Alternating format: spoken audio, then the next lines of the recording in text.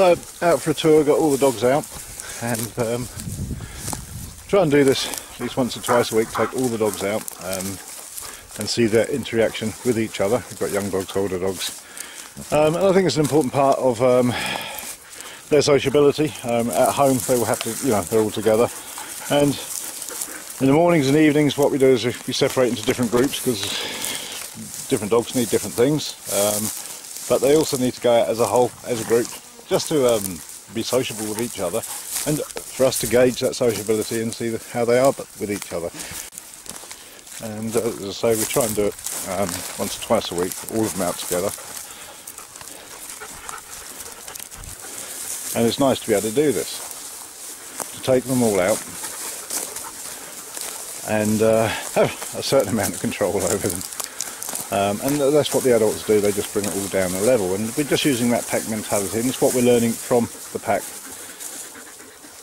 in the way we're handling our younger dogs. And so what I've noticed, especially when we're working with the puppies, and we've used the same principle when it comes to working with Grace and Jingle, is that excitement level in dogs is both positive and negative. And what I've noticed over a period of time, and I'll try and show you a bit later, is that for every positive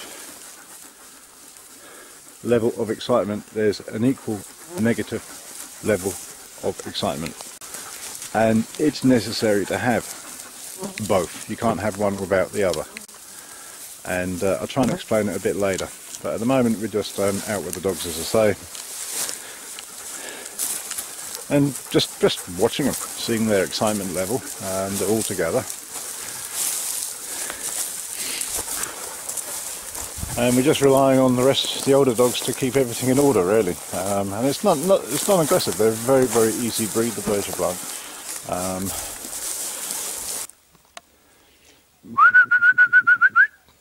Where you going?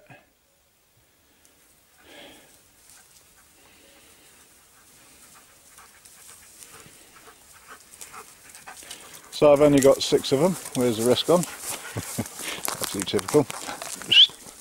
Come on!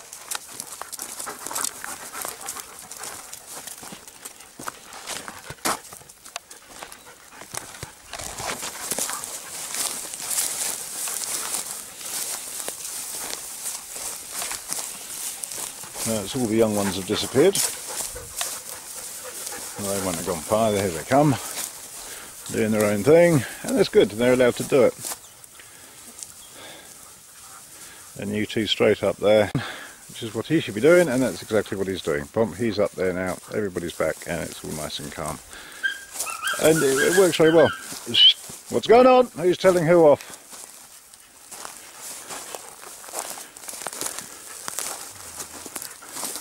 This is where you're using your older dogs to get a result with your younger dogs, and it saves me a lot of work, because I couldn't do this on my own. There's no way. I rely completely on you two and Shiva to do it for me. And you'll often hear that all dogs should have a role and a function, and this is their role and function, and I think it's a very healthy role and function the dogs have. It's the way we live. I think it's very healthy for the dogs to say they all get out there, they all get on, and it is a lot of dogs, 16 dogs. We started the puppy program and everything else to understand our breed. What we've done with Jingle, what we did with Grace, when we've had those problems, it's find it's all to do with the excitement level in the dog. And in the past, as I said before, what we've done is always concentrated on the what we perceive as the problem, the fear. And I think we're looking at the wrong thing. I think that is just the symptom of the problem rather than the actual problem. The problem has been the excitement level. It's excitement that drives the dog. And what we've noticed in the work we're doing with the puppies is that you have both positive drive and negative drive, and both are necessary. It's not one you want only positive drive, you want the negative as well. Okay, so what I was talking about earlier, and I'll try and explain if I can, is Positive excitement, negative excitement. That's what we're finding is when we're working with the puppies and everything else, that there's, for every positive action there's a negative action. And excitement we call drive. Drive and excitement are the same thing. And so, try and explain this and show you what I'm thinking and the way we're going is this screw represents the dog. This cord represents the excitement in the dog. And we try and get it halfway. So, on this side we have positive excitement, on this side we have negative excitement. And for argument's sake, we'll just say plus 10. Plus 10. And I've got to see which way around it is. There we go. Plus 10, that's where I want to be. And for a balanced dog, you're going to be at minus 10. Same thing. So I've got plus 10, I've got a well-balanced dog. And minus 10 negative excitement doesn't sound too hot, does it? My dog's minus 10 in excitement. But I'll explain. So my dog's plus 10. And what I'm saying is I've got all this time here before the dog gets overexcited.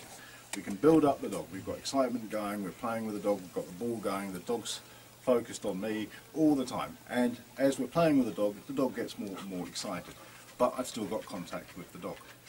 Boom, boom, boom, we're playing, sit, lie down, roll over, write a letter, do whatever, yeah? The dog's doing all the tricks I want it to do, boom, boom, boom, boom, all the way up to plus 10, where it's about to go ballistic, but it hasn't, I've still got control. As soon as I cross that line, 11, the dog's overexcited and I've lost control of the dog. I can't communicate with the dog, it's just focused on one thing, the ball. Just the ball, that's it, I've lost control. So, but I've got a long, long way before I get to that level. On the other hand, what does minus give me? It gives me a long, long time before I lose control of the dog again. Something scares the dog, something shocks the dog, boom, the recovery time here, it's going to be quick. And I've got plenty of time to see anything untoward happening, just as I've got plenty of time here to gauge and see the excitement level in the dog. So the dog, something can shock the dog, yeah, come on in, boom, we're calm, and we're back into positive again. So I've got an awful long way before the dog gets so scared and panics so much that I've lost control of the dog, that the dog is shaking, boom, boom, boom, and I can't communicate with the dog. I've lost communication with it. And what I was talking about is like with Grace, for example, we will say, Grace, she was, for example, 5 on here. So here is 5. Boom, plus 5 on the excitement level. So that was Grace. But she was balanced because she was also minus 5. Yep. So a balanced dog. The only trouble is that there's a very short space of time between playing with the dog and having control of the dog and the dog being overexcited and not being able to communicate with the dog. And when that sort of happens, she flips because, oh, what am I supposed to do, blah, blah, blah, blah, and then it can just flip over and boom, we've got this. We have a very short space of time when the dog starts panicking, something goes wrong, to correct it. Too short a space of time for my liking. So with Grace, and it's relatively easy when you've got a dog that is overexcited, is we extend that period. So when she starts getting too excited, just stop. Wait till the dog calms down, bump, bump, bump. And if it takes 10 minutes, it takes 10 minutes. If it takes 15, it takes 15. Okay, the dog's back on level. Now we play with the ball again. And eventually the dog just gets and realises that she wants the ball, she has to stay calmer, and we move the dog up. And every point we move the dog up on that scale, the dog automatically moves up a point on that scale. Can't help it, because it's balanced. And that is the theory to everything and the way we're working with everything. There's many other factors involved, and I'll explain that in a minute, but that is the basis of it. The excitement level in a dog is what drives the dog. It's the most important thing in the dog is the excitement level and to be able to control it. On the other hand, we have little Jingle. Now, we've got this cord here, a long piece of cord. But Jingle was all the way down here at 1. That's her excitement level. was 1. What's happened to the rest of the cord? It's disappeared. There's nothing to work with here. That's it.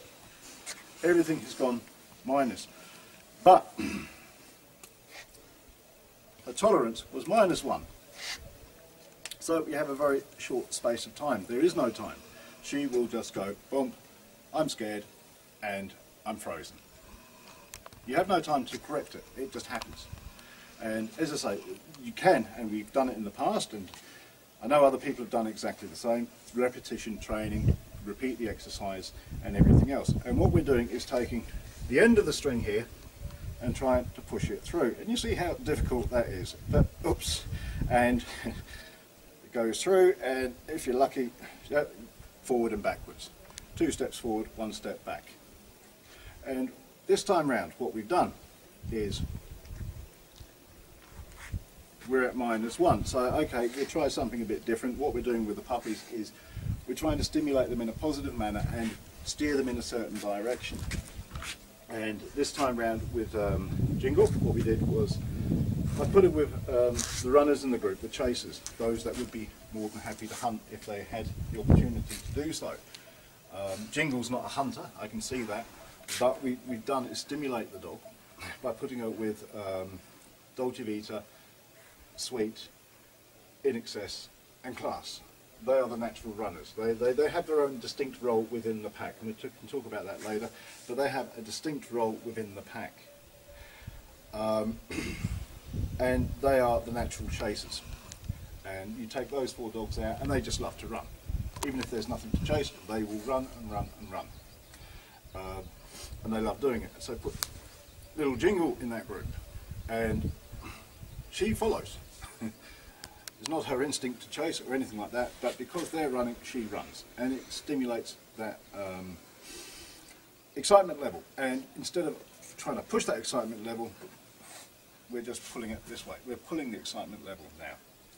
And for every point we go up, it goes up on this side too. It gives us a longer time for her to recover when something bad happens. And that's basically what we've done, I feel. It's early days yet. As I say, it's the second dog we've tried it on. We've got to see whether she carries on progressing in this way. But that is basically what we've done, is just pull it instead of trying to push it. We focused on the fear before and trying to push that fear away through the hole there. And it is difficult to push. It's a lot easier just to pull the string. And with the puppies, when we're working with the puppies, what we're doing all the time, and it's slightly different because you have so many other different pieces of string involved, all wrapped around all together. We have the environment, which is one piece of string. We have genetics, which is another piece of string, and they're all tangled up together. We have imprinting, another piece of string. We have the mother's influence, we have my influence, we have so many different influences, and they're all pieces of string that are just bundled together. And you know, what we're doing with the puppies is seeing what happens if we pull this piece of string here, what happens. And that's why it's such a slow process and takes so long, because you have to wait and see what happens. And that's basically it. What we've done with Jingle and Grace is, rather than trying to push this piece of string through, which can be a little bit difficult, and it is a case of 2 steps forward, 1 step back, is to try and pull it through. And as I say, with Grace, it's relatively easy because all you do is extend the time. With Jingle, it's slightly different. We've had to find something to stimulate the dog. And that's basically it.